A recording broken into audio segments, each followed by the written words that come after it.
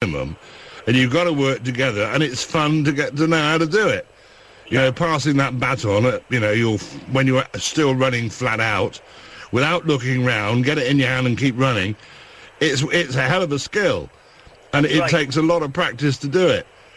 We still don't get it right at national level, but when you're learning it at school, I mean, it's a hell of a laugh because you drop the baton more times than you catch it. Yes.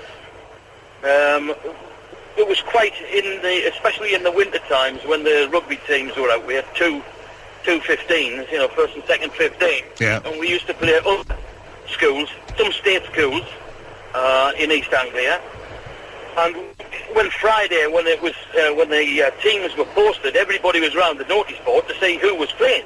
Yeah. And we all wanted to play. I was lucky enough to virtually have my first team place all the time. And but there was others. It was, if you didn't play well during the games periods every day, then you were dropped.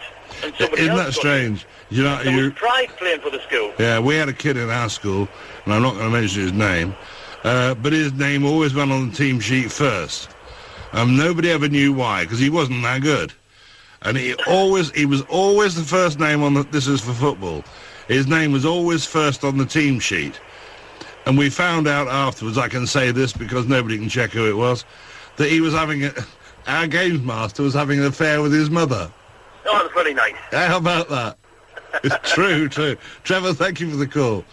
I suppose it's one way to get to the top. Maybe he was first on the team sheet because he was the goalkeeper. No, the goalkeeper didn't go first on the team sheet. Actually, I was the goalkeeper. I learn something more about you every day. Yeah, there you go. Apparently this terror threat, they've lowered, you can now carry one piece of hand luggage. All right. Now, if you want, Mike. The last time I went on an aeroplane, my wife was the last one to go on an aeroplane, she had a pair of tweezers. Oh, they got to go, haven't they? The ordinary pair of, you pluck your eyebrows type tweezers. Yeah. And she had to hand them over. And I said, she mounted a terrible attack with a pair of tweezers. And the bloke said to me, are you travelling on this flight? So I said, no. He said, good. Because I'd made a remark about the tweezers. And he said, she'd passed through the barrier, right? She couldn't pass the tweezers back to me. She had to throw them in a bin. Yeah, they make you throw it in front of people to sort of humiliate you. You pillock. Because I could have taken those tweezers. Not that, she could probably afford another pair, but the idea that, it was such comedy. And while we've got people like that working in airports, security will be at risk, I would imagine. Mike Allen, mind you, is not at risk. The most handsome man in radio. Perfect face for radio. Well, I'm only reading what you wrote. Yeah. Mike, good boy, how nice to see you again. How are you? I'm very good, actually, and I apologise. It was the excitement of seeing you after such a short space of time made my handwriting so shaky. Yeah, that was it, was it? Yeah. It was all right on the check, but there you go. Yeah, well, they stood by it, didn't they? They did indeed. There's something here that I was really looking forward to doing and telling you about, because I knew the incredulity that it will provoke was got to be worth seeing. Go on. But in America and in the UK, as you probably noticed, they've both discovered they're running out of cash when it comes to military activities. Yes. So the Yanks have come up with an idea. They've got a disused armed forces base in Virginia, and they're going to turn it into a military theme park. And they're pulling in specialists, which, as we all know, who that involves. Yeah. So you'll be under fire situations, you'll be able to para-descend, you'll also be able to experience driving a tank, and a fighter plane, all this. Really? And at the same time, they'll be charging you money for it. How much? Well, we're not on the details at the moment, but I thought the enormity of such a project was outrageous. And then we discovered that the Brits might be up for it as well. And let's face it, we've got more history than the Americans have, so our theme park has the potential to be bigger. Can you imagine you and I could be in the front seats of a reenactment of Nelson's Battle of the Nile? This time the French could pay a bonus fee to come first. Yeah. We could change history. Yes, it's just a matter of negotiation. Do you know when these old guys get their toy soldiers out and they play on these great big tables in their war games, isn't it? War games. War games, they do all that. They often change the result. Yes, because, they just move a cannon or something over there. If he'd have had a cannon over there, he could have blown his head off, so let's do it. And then they find out that, Napoleon wasn't that good. Yes. In fact, he lost before he got out of, he was only halfway across the Napoleonic Way and somebody shot his head off. It was a fluke. It was. I love this idea, though, of having a military theme park. When you think of the people we've got in the UK who've got access to all sorts of history, we could have the absolute blinding projects. They'd argue, though. Oh, that's the fun of it, isn't it? Fun, we could have one version on Monday. By the time we get to Friday, we're going to complete rethink. Yeah. It's a totally mobile, movable feast. The Battle of Trafalgar ride. Yeah, that'd be good, with wouldn't it? live cannon. That's right. And next week, there won't be rubber balls. No, and the Crimean War with water effects. Yeah, or a 180-degree screen, the Gulf War. Right up to date. I'm so glad I'm not going to be spending the whole of tonight with you two guys, because... The attack on Pearl Harbor... Part 2. By Andrew Lloyd Webber. Do you know, somebody told me this, Mike, and I don't know if you heard this, but this apparently is sworn to be true, that just within hours of the original attack on Pearl Harbor, the American government commissioned Hollywood set builders to get over to Hawaii and knock it all up, and they filmed a reenactment of it, because nobody had thought to film it whilst it was happening. And the truth of that is in the fact that a film came out within a year of that attack. Amazing. Absolutely amazing. So you're going to be giving that a bit of welly after one, then? Oh, we've got to be doing that, and we're also talking about National Singles Week. It starts today. Does it? Yes. What does that mean? Well, you're not qualified. No. But can I look in? Of course you can. Can I watch? I think part of the entertainment value is having a peep at the magazine, don't you? The Singles Week. National Singles Week. It starts today, and because people are getting very picky now, and as you know, if you marry a pop star and you don't get 3 zillion quid, you're not going to play ball again. But it's the only reason for marrying a pop star, so you can divorce them 6 weeks later saying we're incompatible, can I have half your fortune? It's an allegation I don't think I want to go up against. I think it's probably right. Yeah. Mike, we look forward to it. Thanks, Mike. See you later. That's Mike Allen, and I'm very glad to hear him back on talkSPORT tonight. He's with you after the news at 1. Right now, it's John in Swansea. John, good morning. You're on talkSPORT. Good morning, Mike. Morning. I, like you, I'm an athletics fan. I, like you, also think the performance in the European Championships was appalling. But I've got whether you can call it a reason, it could be an excuse, and I've also got a spin on the facts, which you might find interesting as well. I think the reason why the UK did so badly is probably because it's the end of an era. We've had Backley, Holmes, Jackson and others all retire in the last year or so. Yeah. And the current crop, I think a lot of the medalists, I haven't got all the facts here, but a lot of them were new names and quite young. Well, Kelly Sutherland's 29. Oh, yeah, well, okay. She might well be the exception. But, I think that could be part of the reason. It shouldn't happen. There should be a steady throughput. Russia. Yeah, but how do you explain the Swedes then? There's Katarina Kluft. She's 23. Yeah. She's world champion. Yeah. She was Olympic champion. But there's another way to look at the statistics as well. And if you excuse me, if I just do a news item for talkSPORT now, and you understand.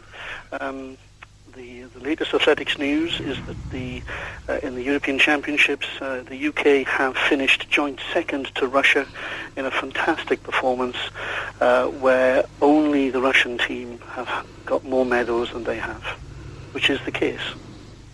Russia had 34 medals. Second was Spain and us with 11. Yeah, but Spain had 5 golds. Yeah, absolutely true.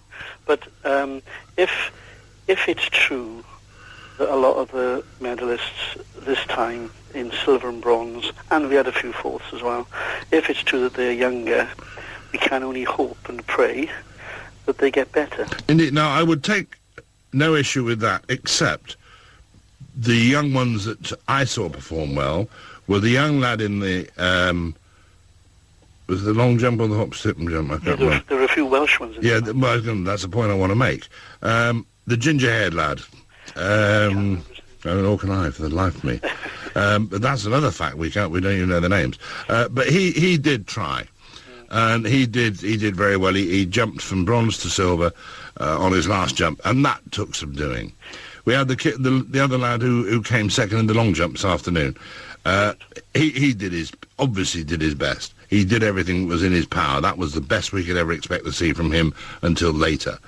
But when you get to some of the older athletes, some of the more experienced athletes, they didn't even approach their personal best. No, I know. And PBs are so important just to see how hard they're trying. Basically. Well, it is. It's the only judgment we have on how well they're going. You know. If you do see some of the medals, like Belgium had 3 golds. Yeah. But look at that enormous country, Belgium. Yeah. Wow. Yeah. But I think 2 of them were that runner Gevart, the girl. Yeah, but then if you look further afield in sport, they've also got 2 of the world's top female tennis players. Don't talk about tennis. You know. Britain and tennis just, you know... Well, I mean, look at Brad Gilbert, $500,000 a year to coach, what's his name? The up-and-coming talent that seems to... Oh, the Scottish guy. Yeah. Oh, yeah, Murray. Murray, yeah. I mean, $500,000 a year, apparently, Brad Gilbert's getting to coach him. $500,000 a year? On a professional sport? Indeed. Excuse me. But one good thing is we did get 1 more medal than the Germans, but they did get 4 golds. You're going to say they didn't do badly, did they? They won the women's marathon. Where were we? Yeah. Our only marathon runner of any note was sitting out. Yeah. Well, that's right. Why? Yeah. Why? I think she's injured. But oh no, she just had a baby or something. Oh yes, that's right. That's right. Yeah, I forgot that. But I mean, regardless, I've had a crack at her as well for one of her performances. But you can never fault her for trying. No, indeed. I mean, she tries until it hurts, and you can see it hurting. I didn't see anybody try until it hurt. I saw an awful lot of people not try that hard. How about why was it Great Britain and Northern Ireland? Why doesn't England, Scotland, Wales and Northern Ireland compete in the European Championship as individual countries? Absolutely no idea. I mean, it makes sense to me. And in that case, Scotland would have got, is it 3 silvers? Wales would have got a couple. I don't think England would have got anything. I tell you, man, if I was a Ukrainian, I'd be disappointed. You know, the Ukraine, we've got quite a strong athletics tradition. They only had 3 medals, 1 of them silver, 2 of them bronze. Yeah. And they're bigger than Britain. But look at the Poles. I mean, what a team. I mean, a fantastic 3 silvers, 4 bronze. I know, but look at the efforts. They all did personal bests. Yeah. In every event, I think it was. They all broke their own records. The Greeks are disappointing as well. They only had 1 gold and 2 silvers. Yeah. Yeah. We did pick up a few medals today, I know, or yesterday. Thank goodness for... But it was a little late and really not quite good enough. Thank you very much for the call. 08704 20 20 20 is the number. Why is it we don't compete as England, Scotland, Wales and Northern Ireland? I mean, imagine how bad it would be then, though. But imagine how much more we would be itching for competitors to compete, I mean, English people wouldn't want to be beaten by the Scots. The Scots wouldn't want to be beaten by the English. Yeah. Wales would think, well, we can take those 2 on and bloody beat the pants off them. And Northern Ireland say, look, we may be the smallest, but look what we got. And it would make so much more competition. And it would also be more realistic, I think, when in terms of other European nations. I mean, there's some very tiny countries competing. Sweden has a total population of 4 million. Yeah. And it's not the smallest. There are others smaller than that competing in the European Championships and doing better than we are. Okay, then now I suppose you're right. So, well, am I? Let's see what others have to say. I would very much like to see, not for any racial reason, but for national pride reason. A home nations tournament. Home nations representing each other, representing their own country in the European nations. Yeah. Because that's what they are, independent nations. They can be independent within Europe. And they're becoming more independent. And they will become. I mean, Scotland's got its own parliament. Wales has got its talking shop, the National Assembly. I mean, why not? Why not enter as individual countries? Maybe somebody can give me an argument on that. I'd love to hear it. 08704 20 20 20 is the number. This is talkSPORT.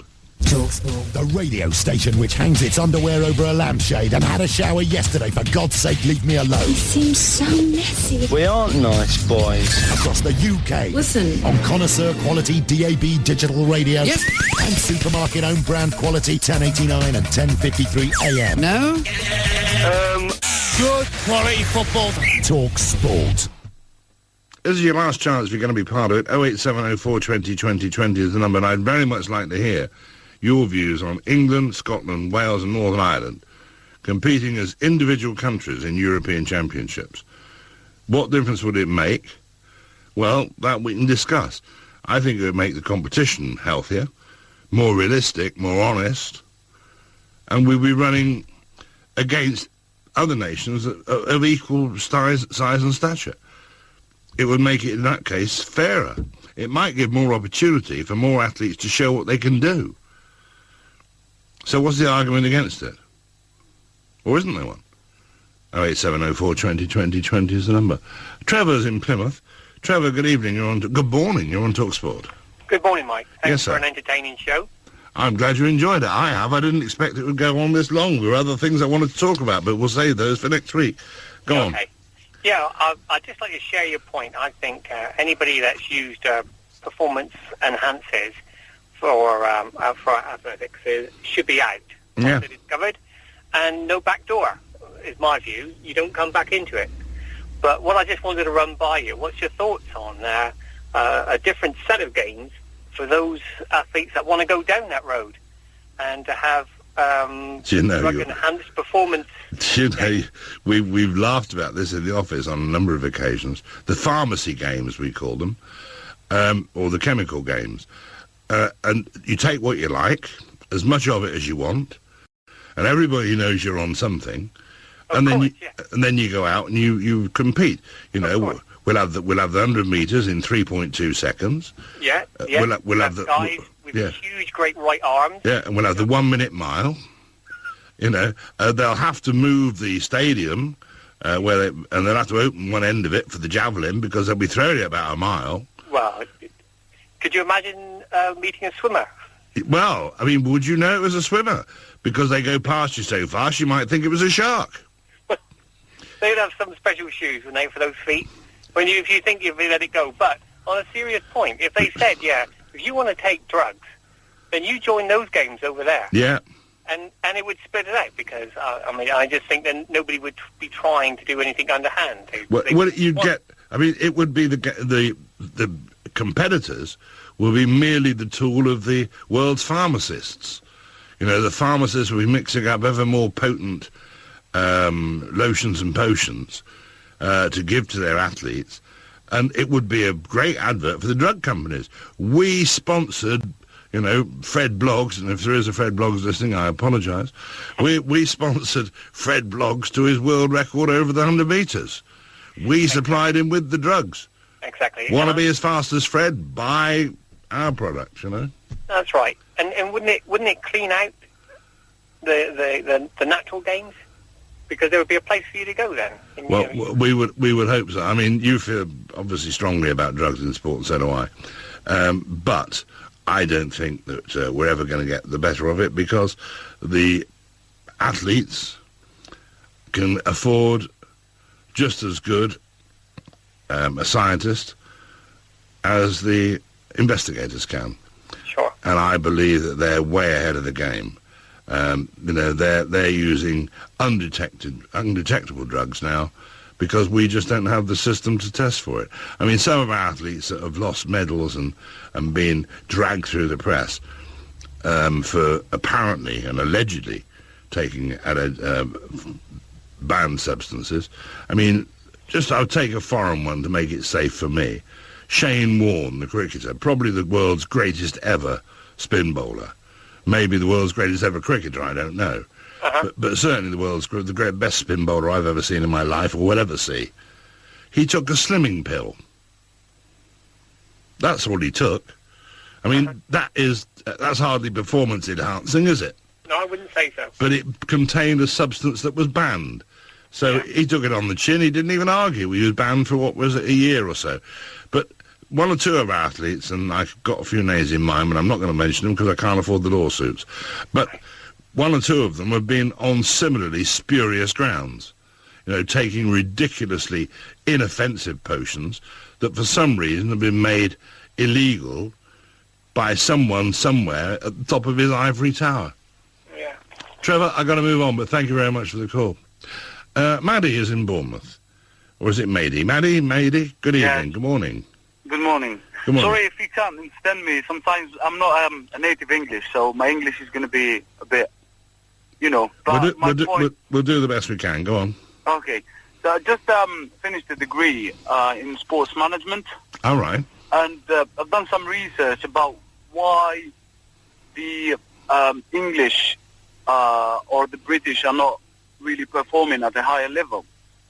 And I've done the investigation in schools and tried to find out where is the missing link between schools and clubs. And what do you come up with? I come up with, I found out that pupils, they have to go to the club, they have to pay money actually to go there. To join an athletics club? Yeah, to join any club, volleyball or... So, in order to practice a sport, you have to pay for it. I didn't know that, but I accept that's what's true, yeah. Go on. So there's a monthly payment. If you don't pay for the next month, they're going to sack you. Right. Well, so, it hardly encourages people to go, does it? It doesn't at all. For example, if you take a minority sport, which we call minorities, volleyball, yeah. England has all the ingredients to be a world-class volleyball country. Does it? There's the beaches here in the south. I live in the south. I know how it works. There is a tour around the world, in every country around the world, except in England, a volleyball tour. Right. Or let's say beach volley tour. Yeah. Except in England or in Britain. Right, and maybe that's because we don't have the weather. It's not about weather. It's not about the weather at all. It's just about that nobody's interested in minority sports. Well, I'm interested in, I mean, that is interesting in itself, but what you said about having to join clubs... Yeah. Where I live, I'm trying to think, and maybe it's just me, and I apologise if I got this wrong, but I can't think of one athletics or sporting club within 30 miles of where I